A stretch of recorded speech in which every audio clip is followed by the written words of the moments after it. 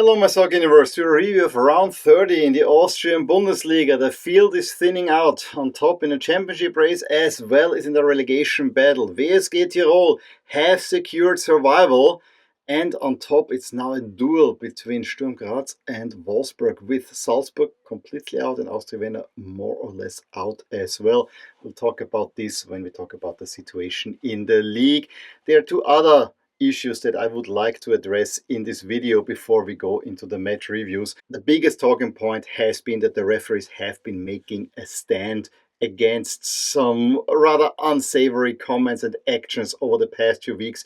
It all got kickstarted when referee Gieshammer, who sent off two Sturm Graz players in the big matchup against Austria Vienna, got in threats on a personal level from Sturm Graz fans, and also his address was publicly shared and his kids seemingly also received threats. So rather concerning circumstances. And then the Austrian Football Federation already issued a statement that enough is enough, but even the referees then took really a stand and said this cannot be. And it cannot be that club officials then post something like, we lost against 12 men today, like Sturm Graz did, it was taken down. And then even the Sturm Graz president being very public and very critical against the referees. The referees admit they were not perfect and they made mistakes. However, I've already mentioned it in the Sturm Graz Austria Vienna game. Every contentious decision in the end was the right one. So that is something that got totally out of hand, and the referees were walking on the pitch this round with t-shirts saying referee equals human, not an enemy. And I think this is something that we all have to take to heart. And it's even more damning because refereeing is an essential job for this game. However, they're frequently being labeled as the bad guys and the ones that are not right, and they're always targeting a particular club or not, when most of the time their errors are, and we know this now when the protocols are released, it's more or less down to incompetence, but that doesn't necessarily mean that they're bad and mean-spirited. And I can span a larger umbrella here, going from Real Madrid, what they did against the referees, and what I hear from the Premier League, and not to speak of Italy, where everything is a conspiracy theory anyway. The thing is that in Austria, refereeing is not perfect. However, you don't make the job more appealing by constantly threatening referees and making them the bad boys.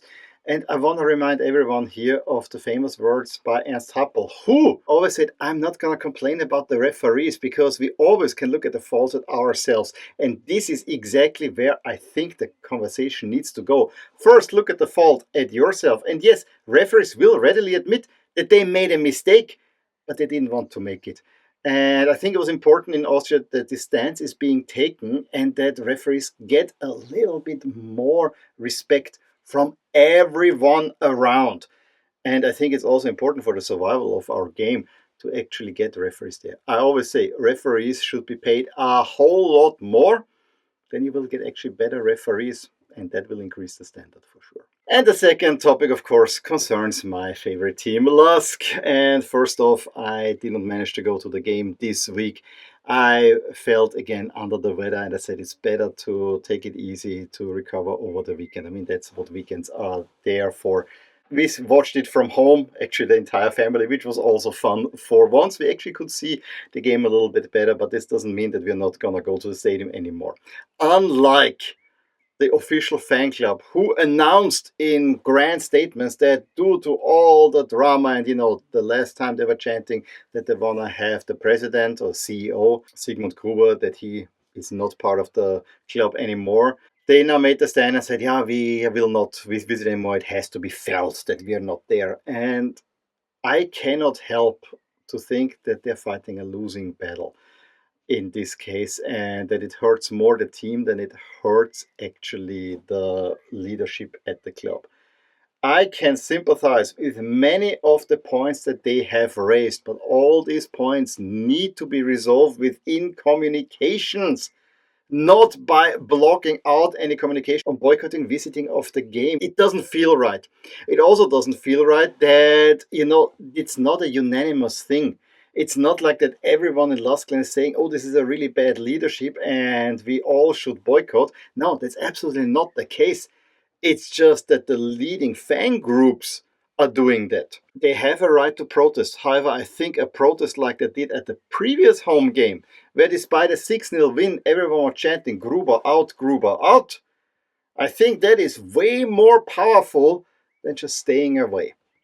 And in any case, the leadership is not gonna go away. So for me, I desperately feel that this is a losing battle with very little sign of success. And yes, if you want to play the long game, you're only gonna hurt the team that you proclaim to love. I don't feel that this is the right way, especially if you don't have the larger support. That's my opinion to the whole thing.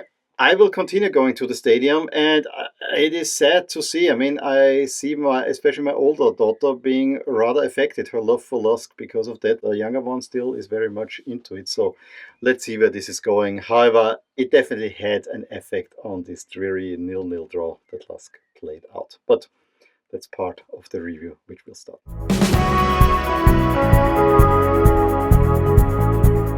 With a massive 4-2 home win over fellow title rival Salzburg, Sturm Graz took a huge step towards defending their title, actually in two ways. First off, they knocked out Salzburg out of the title race. Salzburg cannot catch Sturm anymore with 2 games to go, so that was the first part. And secondly, they temporarily increased their lead to 6 points, which means that if any one of the other teams slip up, they at most can draw level with Sturm Graz, and then it goes down to head-to-head. So major step for Sturm Graz towards the title. And they also got the rub of the green in this game, because while Salzburg really tried to score early on, it was actually Sturm Graz who more or less with the first chance. It was a Böwing shot that was deflected by Terzic into the own net, took a 1-0 lead, and then just 2 minutes later it's again Terzic who deflects a cross by Horvath onto Böwing, and it's 2-0 for Sturm Graz. So early on, signs already that the game will go Sturm Graz's way. Dorgeles Nene finally rewards Salzburg for creating chances by pulling one back in the 45th minute. However, right after the half, Wüttrich taps one home after I think a header already hit the crossbar. And then Salzburg really went all out. They brought on Onisivo, they brought on Baidu, and they got one back in the 59th minute. Again, an own goal, a deflected one by Ivus. And as Salzburg were pushing, of course, they're gonna caught out on the counter-attack. And so in the 72nd minute, Chukwuani makes it 4-2, and the 3 points go to Sturm Graz.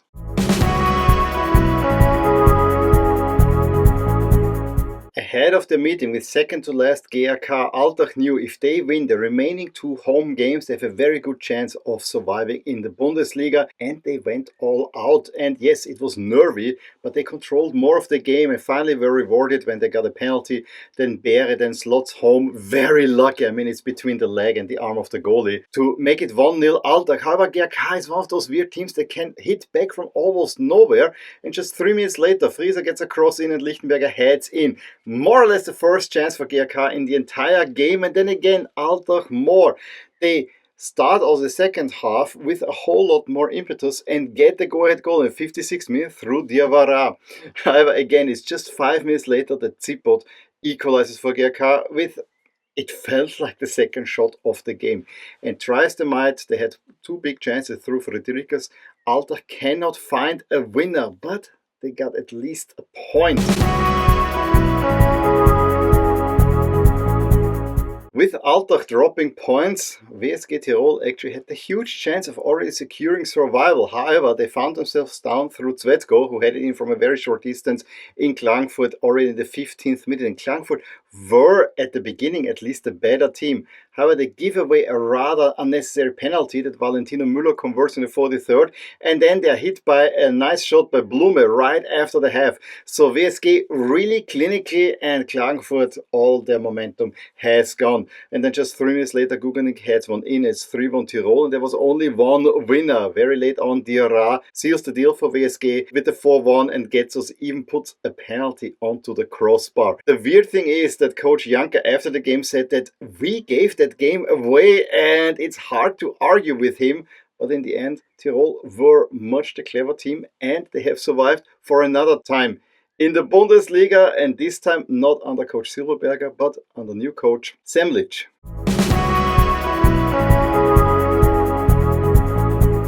Looking at the table, there was really not much at stake between LASK and Hartberg. LASK already are secured in the 7th place, so the top place in the qualification round, and Hartberg are more or less secure in the 8th one, and the 2 of them will meet most likely. in the semi-final of the Conference League playoffs. So really not much to play for except for pride. However, there were two things to play for LASK, if not three. A, you could have made a new record. You never won 8 games in a row. B, you have not beaten Hartberg at home since 2020. That was Corona times. And C, you could allow Maxi Entrup to draw closer to the top of the goal scoring charts. Ronny Waldo only sitting 2 goals above him. However, without support, this was never gonna be a great game. Yes, LASK had actually better chances. One early on where in the end it was a Bohada shot that was cleared off the line and maybe there could have been a penalty given. However, Hartberg were always a little bit dangerous on the counter-attack, but the game was overall rather slow and very few chances, nothing really tangible. It got better in the second half with LASK having the best chances. There was a good one by Danek, there was another one by Entrup where he has the open net and he puts it on the post. Goalie Salinger was already beaten. But on the other side, there was also a really nice free kick by Hartberg that almost would have resulted in a huge chance. And, regular goalie Laval playing, I have to say, his replacement Schützner not always seemed to be the best one. In the end, I really had the feeling that LASK are pushing to get the win, but just not enough. And, there were the chances, but it was all a little bit too selfish. And so the winning streak is snapped. You're still unbeaten. However, it's only a 0-0 draw. And as I said, it didn't really help that the fans did not do any active chanting.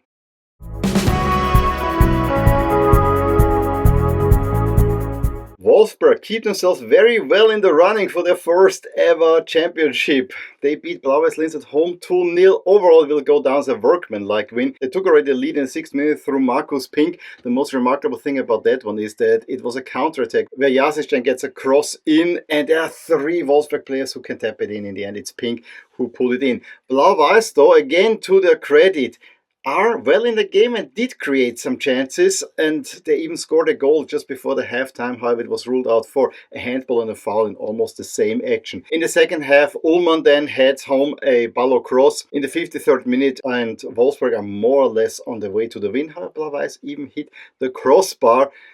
Ronny Waldo still not scoring. However, he will most likely end up being the winner in the goal scoring charts. Wolfsberg now only 3 points behind Sturm Graz, and the final game is in Graz between those two. That might be the grand finale.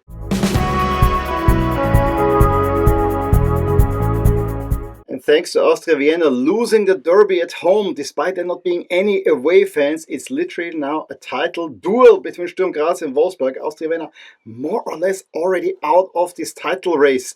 And that no one saw coming.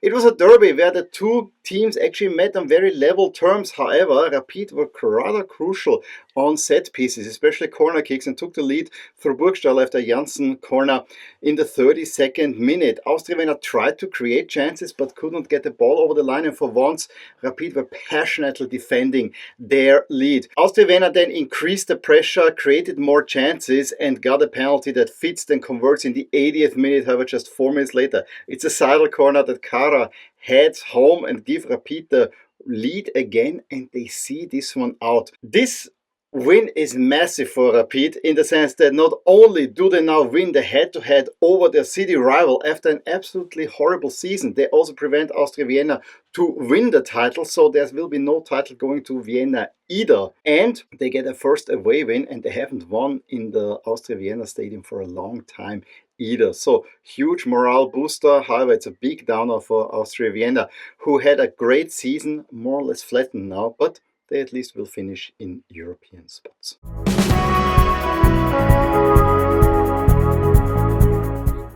Okay, after all these matches, let's look at the current standings, and I want to start this time on the bottom. WSG is through, thanks to a head-to-head between Altach and Klagenfurt. You know it's only a 4-point cushion, but thanks to the head-to-head, they cannot be caught anymore by both of these teams, and so they're safe. And it's a really big achievement by Semlich to actually keep Tirol, who is one of the most underpowered squads in the league, again in the league. And I have to mention this as well, they do not have any home field advantage. They play in Innsbruck in front of paltry crowds because their stadium in Wattens is not fit for the Bundesliga. LASK, as I said, is already first. Hartberg, very, very likely. I mean, they theoretically could still be catched by WSG, will finish in 8th spot. So the semi-final for the Conference League playoff will be LASK against Hartberg. And the winner of that one, which I hope is LASK, will most likely now meet Rapid, as they have now a 4-point cushion over Blau-Weiß Linz, and I think that will probably see them home. I don't think the Blau-Weiß Linz can overcome this. Personally, I'm slightly happy because I think that Rapid is a more palatable opponent for LASK than is Blau-Weiß Linz. Not necessarily an easier one, but I think LASK play better against Rapid than against Blau-Weiß Linz. Salzburg, out of the title race. Austria Vienna, I think the triple head-to-head is not working out in their favor. I think they might still get into it, but then, Sturm Graz cannot win anymore. Wolfsberg can only win the game against Sturm Graz, and so the title chances for Austria Vienna are at a bare minimum. Wolfsberg now sit in an incredible 2nd place, and if they win out, they win the title. That much I can tell you, while Sturm Graz needs to hope that they either don't lose against Wolfsberg in the last game of the season or Wolfsberg drop points in the next round.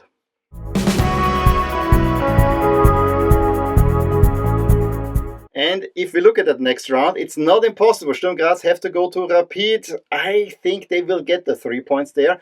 Whereas Wolfsberg host Austria Vienna, and that's probably the toughest opponent that they can have. So yeah, must win for Wolfsberg unless Sturm Graz drops points. Then on top we have a head-to-head against relegation between Altach and Klagenfurt. If Altach win that one, they are safe.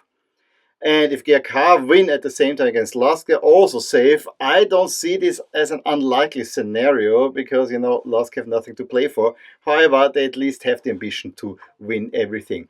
And then WSG, if they should beat Hartberg away from home, there is a slim chance that they can catch Hartberg in the last round and snatch the 8th spot.